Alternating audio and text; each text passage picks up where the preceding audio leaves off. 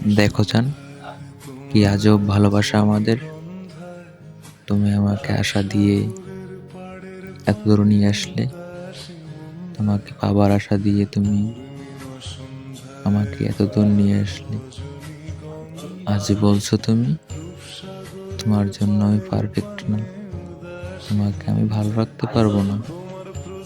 কথাটা ঠিক বলেছো। টাকা না থাকলে ভালোবাসার কোনো দাম নেই, ভালো মানুষের কোনো দাম নেই।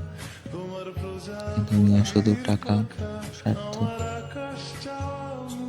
একটা আফসোস রয়ে গেল, কোনোদিন নিজ স্বার্থ বুঝলাম না।